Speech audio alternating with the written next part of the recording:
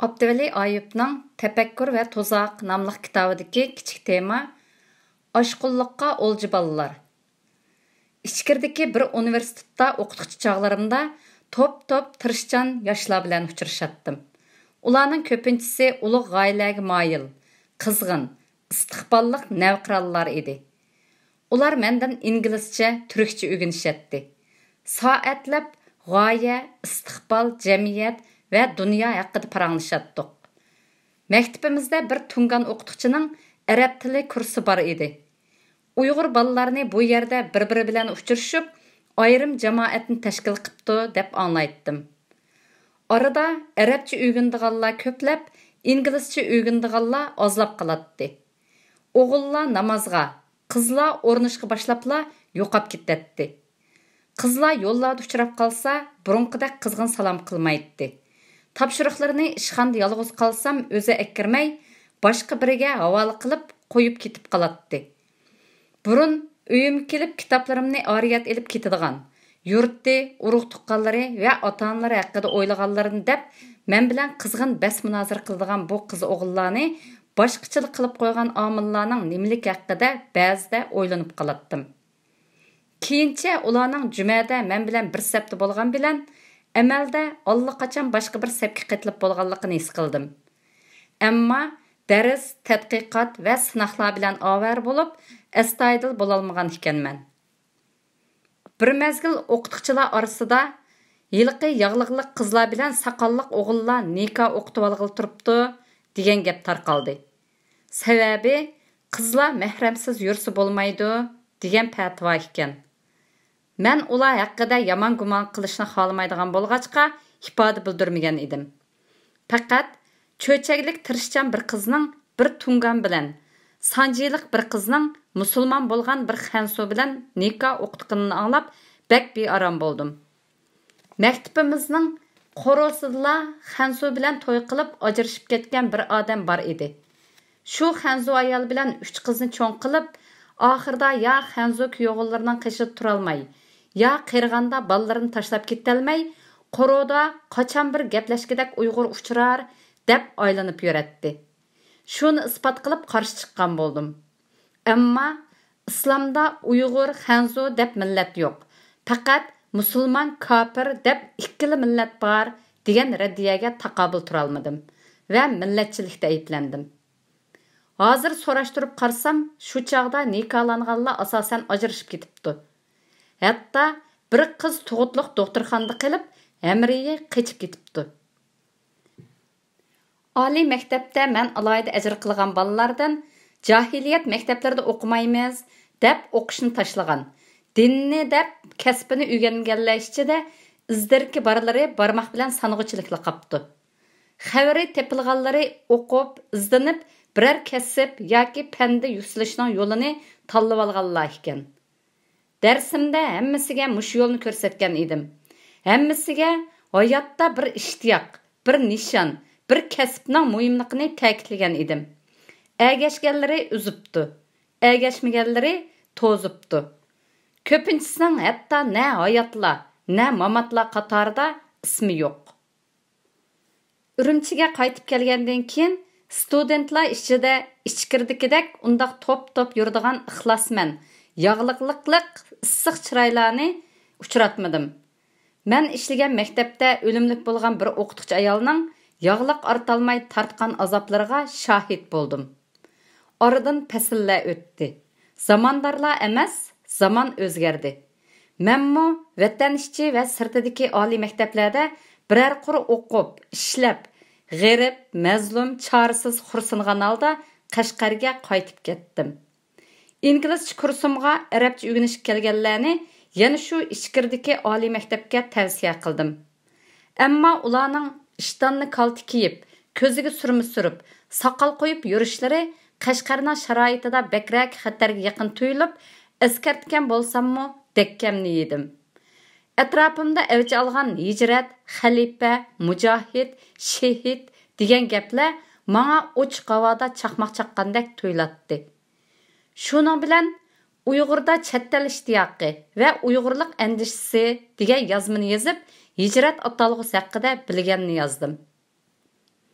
Hayatımda əzəldən oqub baxmagan məktəbə, qamaq qadam qoyğandan keyin İçkirdəki ali məktəbə qayıtqandək bo'lib qaldım.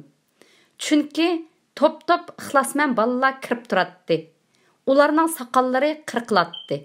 O'shiqlari yepilmaydigan ishdan o'rniga yoz kunlari gach-tambal, qish kunlari shuncha yo'simu yiring puraydigan kulrang ishdan olmishatdi.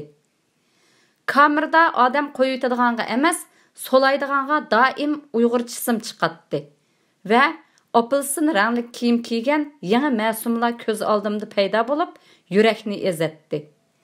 Birer oydan keyin zerikishlik turma hayoti ularning og'zini ixtiyorsiz ochiratdi-da, hijrat, xilofat, xalifa, jihad, bay'at degandek so'zlar to'kilatdi. Yangi shaharlik bir inimiz mening "O'lsammi vatandan ayrilmayman" degan gapimga taqabla, "Vatanda o'lsangiz bir zambil go'sht bo'lasiz" degani elimi esimda. Uningcha men vatan degatga millatchi edim. Uning bir zambil go'sht bo'lasiz degani jannatga kira olmaysiz degan edi. Qamoqda ko'rganlarimga asosan Uyg'ur yoshlarida hijratchilik degan mavzuda bir yozma yozishni o'ylagan edim. Ammo sirtqa chiqib bu o'yimdan voz kechdim. Chunki ko'chadagi tomlar, shahardagi binolar, ishxonadagi muoshliq boshlar kecha-yu kunduz men yozmoqchi bo'lgan asabiylik qarshi sholini hamma Uyg'urga chachqil turibdi. Chegara atlagandan keyin oshqulliq haqida yozish o'yim yana qo'zg'aldi. Chunki atrofimda uning targ'iboti quloq pardalarimni yirtib, urush tumanlariga o'zini otadiganlarning uchuri va ularning o'lim xabarlari uzilmadi. Necha 10 yil ta'sirlashgan pasportlarni osonlashib, Istanbulga qo'ngan top-top Uyg'urning Turkiyadagi raqobatlik hayotda emas, Suriyadagi kapolatlik jannatni tanlayotganligi kunda degidek anglanib turdi. Bularning sababi haqiqiy ilm nomida ixlosman Uyg'urga nafratni, qabohatni va vahshiylikni islom deb singdirgan oshqun ideologiya edi. Bu bir chaqmoq bo'lib, Uyg'urdagi nafratni din nomida o't oldirishga har zaman tayyor edi. Radikallikqa moyil o'lmalarning qalamida, tabliğlarda qo'rqinchli qurolga aylangan siyosiy islomni tushunish uchun İstanbuldagi bir universitetga mehmon tadqiqotchi bo'lishga tizimlatdim. Bu universitetga tava islom tadqiqot markazining 25 yildan beri nihoyat zo'r hajmda yurishlik islom qomusi nashr qilayotganligidan xabardor edim. Bir do'stim bilan bu qomusning uyg'urchasini chiqarish haqida ko'p fikrlashgan edik. İzlanmoqchi bo'lgan temam islomdagi ba'zi atalg'ularning uyg'urchaga o'zlashishi edi. Maqsadim Uyg'ur musulmonlarini ozg'ashtirib gangirtib kelgan jihad, xalifa, shariat, ummat, xilofat, bay'at, bid'at, hijrat qatorliq halqiliq atalg'ularni yeyish edi. Atrofimda kishilarning safarni hijrat, xohishni shariat, bo'ysunishni bay'at, utopiyani xilofat deyishayotganligi meni o'ylantirdi. Uzoq o'tmay do'stlarimning ogohlantirishi bilan bu niyatimdan yandim. Deyilishicha oshqullarning ideyasiga ta'sir qilishim, fikrini yetaklashim mumkin bo'lmayli qolmasdan xatarlik ekan. Bundaq oshqun fikrga muxolif xabar yo'llagan Turkiyadagi bir Uyg'urcha radiomu tahdid topshiribdi. Qo'rqib voz kechishga majbur bo'ldim. Aymanmay sherik to'playotgan va yo'llayotgan oshqullarning qo'lidan har balo kelarmish. Oradan 1 yil o'tib ketdi. Ammo Uyg'urga qonidak chaplashgan oshqullik sabablik erlar ayollarini tashlab, oilasini buzib, bolalar ota-onasining dinidan gumonlanib, ko'zini yoshlab Suriyaga safar qilishdi. Do'stlarning tartgan kulpatlarini angladik. Uyg'urning o'lim xabarlari kelib turdi. Dunyo musulmonlar birligining fatvosi chiqib, Suriyalik bo'lmaganlarning Suriyaga kelishini joiz emas deb e'lon qilindi. Ammo bu fatvo Uyg'urcha tarqatilmay, o'lim chaqiriqi torlarda yangrab, o'lim musobaqasi mahir chiqarib to'xtamadi. Urushda xarob bo'layotgan jonlar, yoshlangan ko'zlar, yetim qolgan bolalarning simosi ko'z oldimdan ketmadi. Oxirida g'ayratga kelib, musulmonlarda oshqulliqning qo'zg'atquchisi, siyosiylashtirilgan islomning boshlamchisi Sayyid Qutbning asarlari haqida izlandim. O'qigan sari maktabni tashlagan o'quvchilarim ayni chog'da men singdirmoqchi bo'lgan islomning birla davlatni, birla bayroqni e'tirof qildiganligi, musulmon kofir deb ikkila millatni qabul qildiganligi, birla din hokimligidagi erkinlikni tan oladiganligi, insoniyatning bir qo'shin ostida ozod qilinish kerakligi haqidagi tashabbuslarning asli Sayyid Qutbdan kelganligini bildim.